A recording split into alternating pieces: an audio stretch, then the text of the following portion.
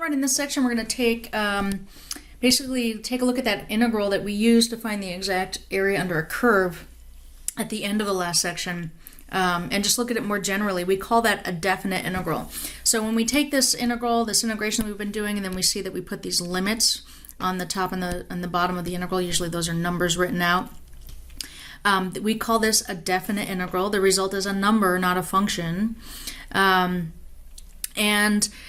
When we evaluate this big F of x is just any antiderivative. So for that reason, we don't have to include a plus c.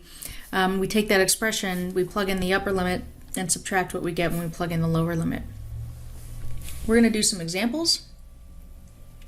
If I want to integrate from 0 to 2 the function x to the fourth with respect to x, first I integrate the function, use the power rule, 1/5 x to the fifth, plug in limits 0 to 2. This becomes, now I'm going to plug in my upper limit first, 1/5 times 2 to the fifth minus 1/5 times 0 to the fifth. Of course, when we plug in 0, that ends up being 0. So 2 to the fifth is 32, and we get 32 over 5.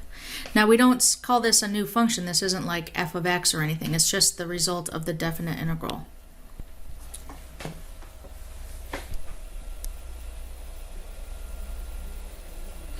Let's do another one. The first step to evaluating a definite integral is the same as what we do when we find an indefinite integral. So I have to be able to integrate this function. I'm going to rewrite it in a power rule friendly way. So I'm integrating from 1 to 3. Now x to the negative 2 minus 1 with respect to x. I'm going to integrate each term using the power rule. X to the negative 1 over negative 1, and then minus x. And this is from 1 to 3. So this is negative 1 over x minus x from 1 to 3. I'm going to plug in the upper limit first, and then the lower limit.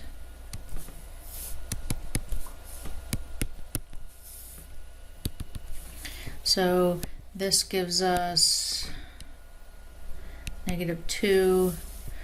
So let's see, negative 1/3 minus 3 is negative 10/3. This will be minus a negative 2 or plus 2. Common denominator. Let's see, this gives us negative 4/3 as the result of this definite integral. Now, we have had an interpretation of what a definite integral gives us in terms of the graph. It's the area under the curve.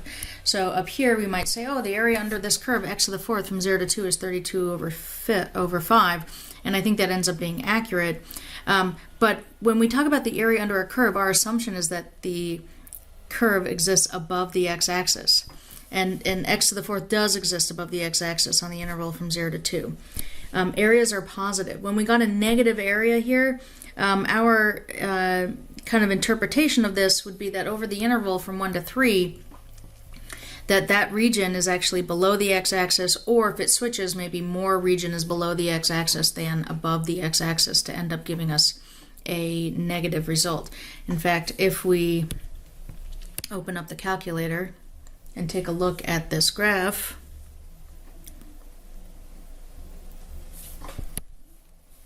(1 over x squared minus 1). On the window, we're looking at it from 1 to 3, so I'll say I'll go from 0 to 4 on the x, and maybe my y's can go from minus 5 to 5. Oops. I'll just take a look at it there. Yeah, so at 1 is where it crosses. So from 1 to 3, it is actually entirely below the x-axis, and that's why we get this negative result.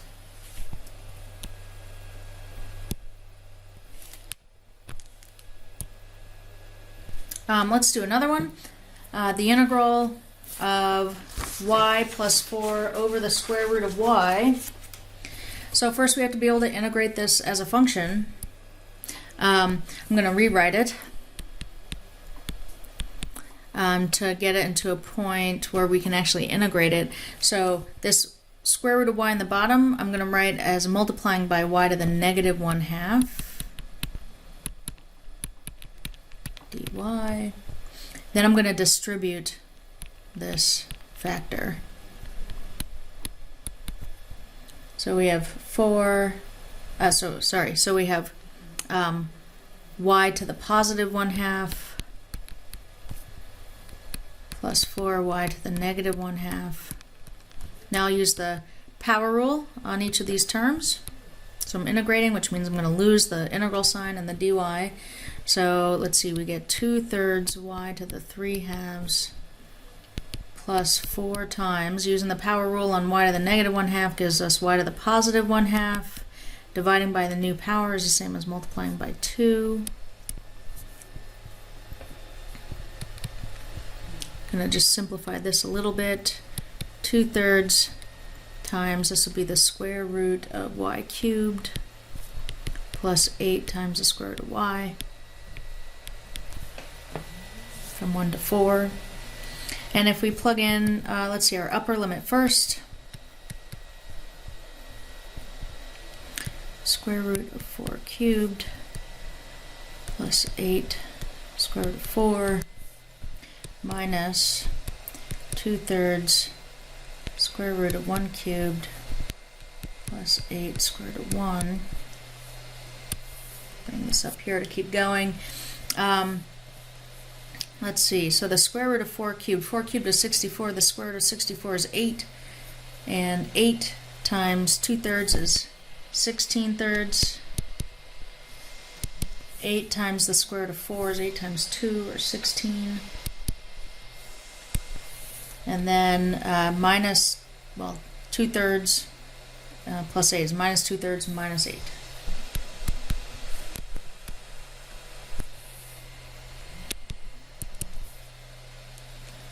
And I'll just finish this up here. So 16/3 plus 16 minus 2/3 minus 8.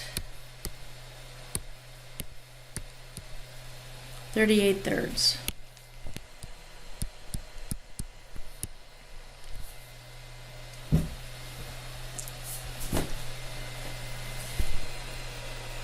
Okay. Let's do another one. Here we're going to integrate from 2 to 3 the function x squared plus 1 divided by x cubed plus 3x all squared. I'm going to rewrite this first to make it easier to integrate. So I've got x cubed plus 3x to the negative 2 power, and then times x squared plus 1. So we have stuff to a power. It's not just x to a power, but parentheses to a power. Hopefully this is ringing some bells from what we did a couple sections ago, but this is going to require us to use a u substitution.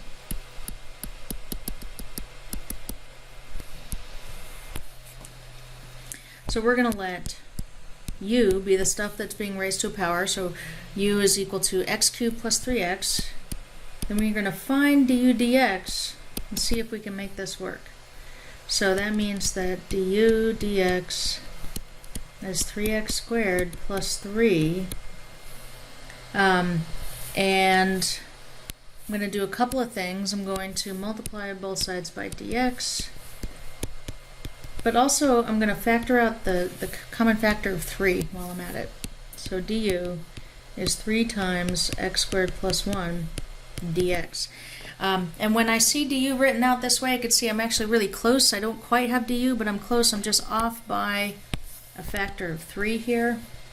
So I'm going to put in a factor of 3, which I'm allowed to do as long as I put a 1/3 on the outside, and I did forget to bring down my dx, so I'm going to do that now.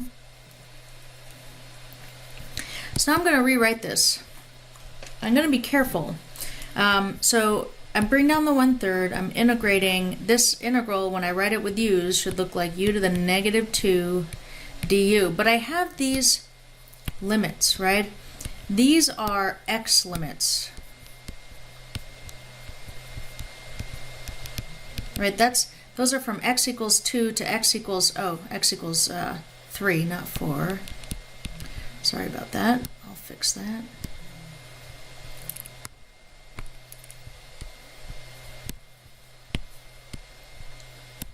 Now there's a couple of ways that we can address these limits, and that is just keep in mind that they're x limits and write from x equals 2 to x equals 3 and carry them through that way.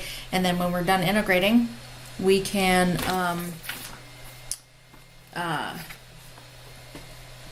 put our expression back into x's and throw in our x limits. But there's another way to do it when we use a u substitution, which sometimes is a little bit simpler. So we have this expression for u. As I'm making this u substitution, I'm also going to substitute limits. I'm going to find my u limits. So my lower limit is x equals 2.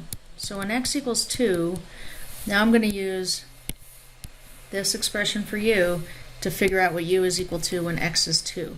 So u is equal to 2 cubed plus 3 times 2, and that is 8 plus 6 is 14.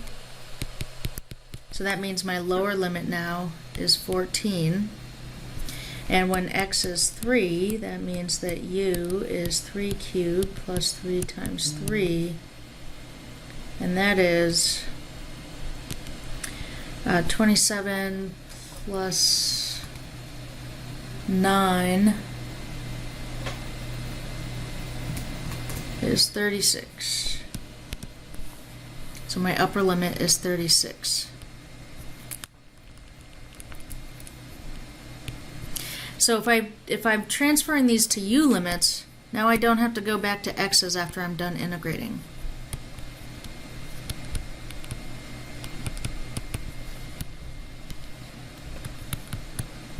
So if we use the power rule on u to the minus 2, I get u to the minus 1 over minus 1 from 14 to 36, or negative 1 over u. I don't have to go back to x's because my limits are u limits. These are what I'm going to plug in for u. So I get negative 1 over 36 minus a negative, so plus 1 over 14. And if we plug this into the calculator,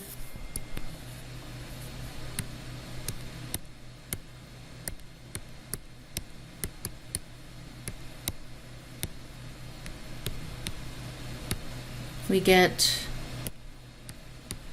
11 over 756.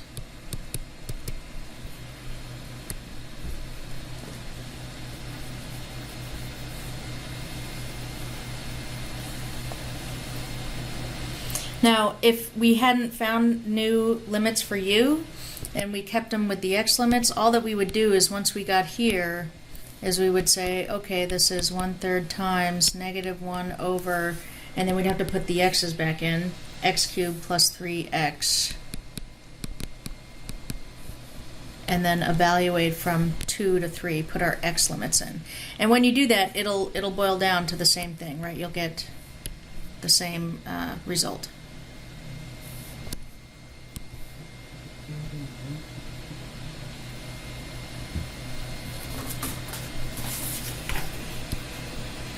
All right, let's do one more. This is an integral that can come up in the field of electrical engineering. The electric field, E, caused by a surface electric charge on a disk, is found by using this integral. We're going to evaluate the integral. Now, I don't have an electrical engineering background, and I don't need one in order to understand how to do this integral. So the most important thing to notice first is that this is dr. This is with respect to r. That means that little r is the variable. I mean, we see x's as well, and we have this big R that's part of the limit, but the only variable that matters, the one that we're respecting, is little r. And that means that x is treated as a constant in this integral. And big R is treated as a constant because it's just a limit of integration. It doesn't appear inside the integral anyway.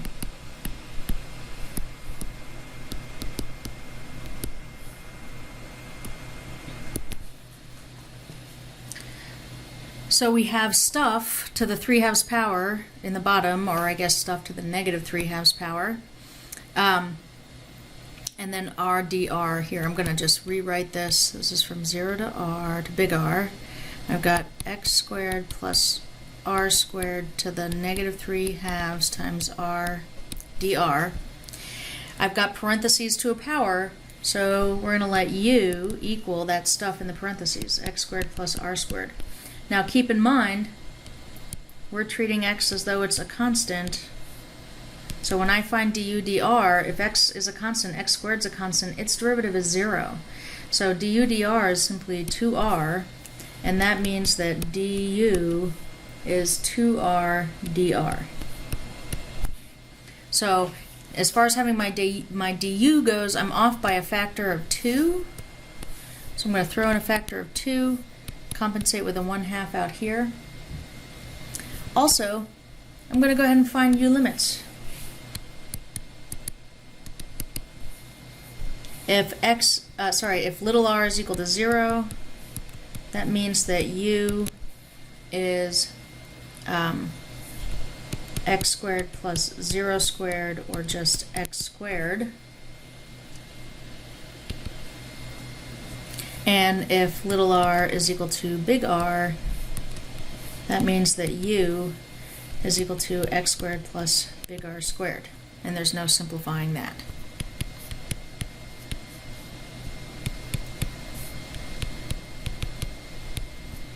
And rewriting this with u's, we get u to the negative 3 halves du. Now we'll integrate.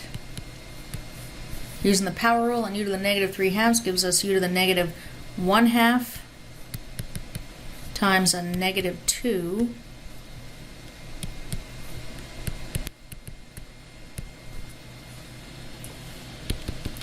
Now we can pull out constant factors, so I'm going to take this negative 2, I'm going to throw it outside, and we end up with negative 1 over the square root of u, from x squared to x squared plus big R squared.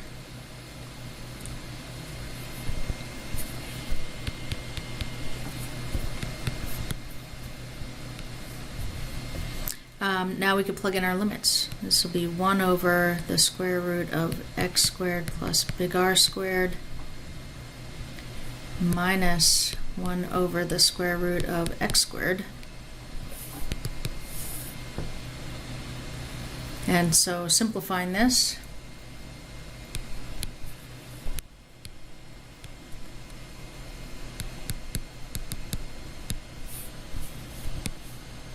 we can get a common denominator to write it as a single fraction. So the first fraction needs an x on the top and the bottom. The second one needs this radical.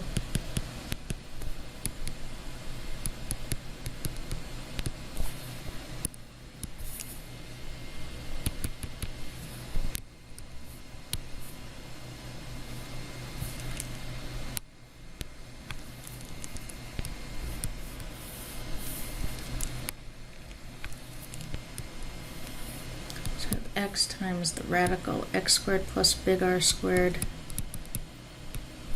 On the bottom and up top I've got x minus the radical.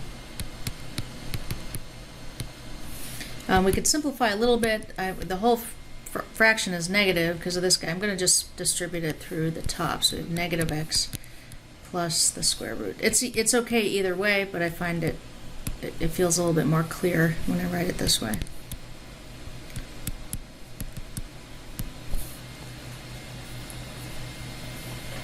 And there we are.